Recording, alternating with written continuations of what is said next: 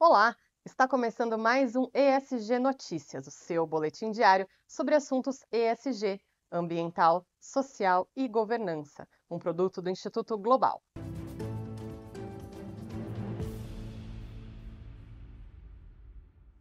E nós começamos esta edição com um assunto alarmante. De acordo com um levantamento realizado pela Fiocruz Bahia, em parceria com a Universidade de Harvard, houve um aumento na tendência de suicídios e autolesões entre jovens brasileiros. Mais informações vocês acompanham agora com Bianca Rocha. Oi, Camila. O estudo que utiliza dados do SUS mostrou que entre os anos de 2011 e 2022, a taxa de suicídio de pessoas com idades entre 10 e 25 anos teve um aumento anual de 6%, enquanto os casos de autolesões registraram um crescimento de 29% ao ano no mesmo período. A pesquisa também indicou maior vulnerabilidade dos jovens a problemas de saúde mental, como a depressão. O Ministério da Saúde emitiu um alerta em 2022, dizendo que entre os anos de 2016 e 2021, a taxa de suicídio entre pessoas de 10 a 14 anos teve elevação de 45%.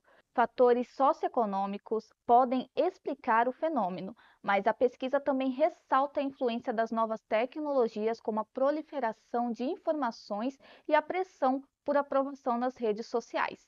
Esses fatores podem alimentar o vício e a ansiedade nessas plataformas, criando ou agravando questões de saúde. Camila. Agora vamos falar sobre o Ártico.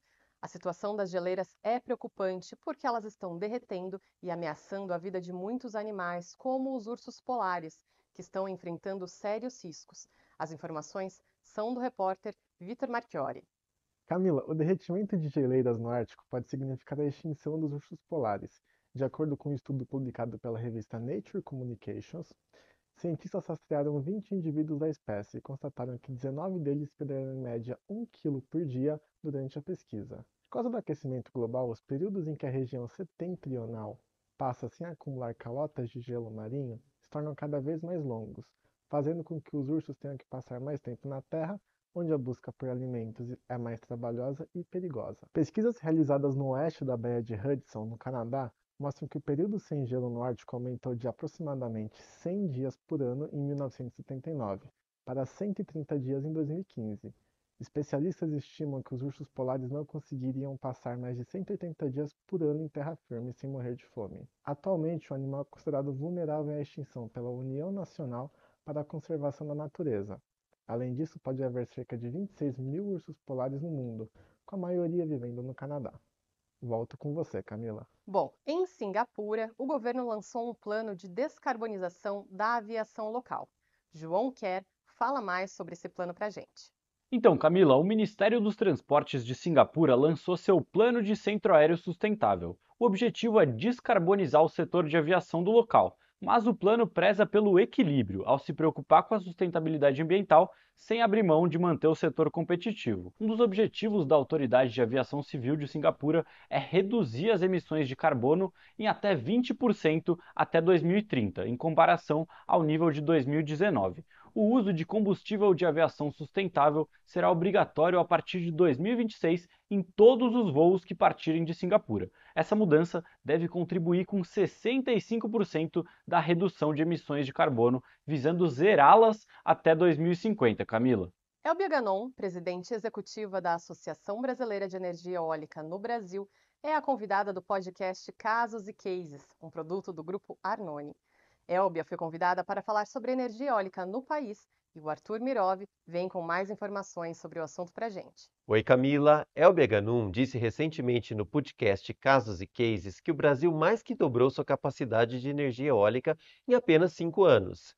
Em 2023, o país encerrou o ano com 30 gigawatts de capacidade instalada em energia eólica, se tornando a segunda maior fonte de energia nacional desde 2019. E a entrada desses parques, por exemplo, na Bahia, no Rio Grande do Norte, em regiões de pessoas que viviam de Bolsa Família, e agora elas têm o arrendamento de suas terras, são pequenas propriedades. Então, às vezes, a gente faz um parque muito grande, Só que esse parque ele está fatiado Em com várias várias propriedades. famílias e essas famílias recebem um benefício. Elas recebem em torno de R$ 2.000 por cada aerogerador por mês. Uhum. E às vezes a família tem 2, 3 aerogeradores, às vezes um só aerogerador Já muda a realidade, já né? muda a realidade. Aqueles R$ 2.000 vai trazer um efeito muito grande para aquelas famílias que boa parte delas viviam de Bolsa Família. O bate-papo é bem interessante e para escutar na íntegra é só acessar o canal no YouTube Global ESG ou escutar nas principais plataformas de áudio os podcasts do Instituto Global. Camila, E antes da gente terminar, é bom lembrar que hoje é o Dia Internacional da Língua Materna, uma data instituída pela Unesco em 1999, com o objetivo de preservar a diversidade linguística e cultural ao redor do mundo. Segundo a organização, em âmbito mundial, 40% da população não tem acesso à educação na língua em que fala ou entende. Os dados da Unesco mencionam que aproximadamente 2.500 línguas correm o risco iminente de desaparecimento, a maioria delas de origem indígena. No Brasil, país com 180 línguas indígenas documentadas, a situação não é diferente. Em 2022, apenas 10 municípios brasileiros reconheciam línguas indígenas como cooficiais, destacando a urgência de medidas para preservar esse patrimônio cultural. A educação multilingüe, especialmente aquela baseada na língua materna, é apontada como a melhor ferramenta para garantir a preservação e a valorização da diversidade cultural. Apesar da Constituição Federal Brasileira assegurar aos indígenas o direito ao ensino em suas línguas maternas, a realidade é que escolas bilíngues ainda são escassas no país. Em 2023, o Ministério da Educação anunciou adaptações nas metodologias estatísticas para o censo escolar, visando criar políticas públicas que garantam mais equidade na educação pública do país e mais acesso. Para a Unesco, a data nos lembra não apenas a importância de celebrar e preservar as línguas maternas, como também a necessidade de ações concretas para garantir que esses idiomas continuem a ser falados e transmitidos às futuras gerações.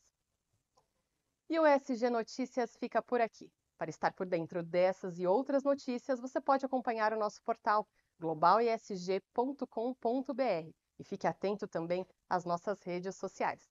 Obrigada pela sua audiência e nós nos encontramos na próxima edição. Até lá!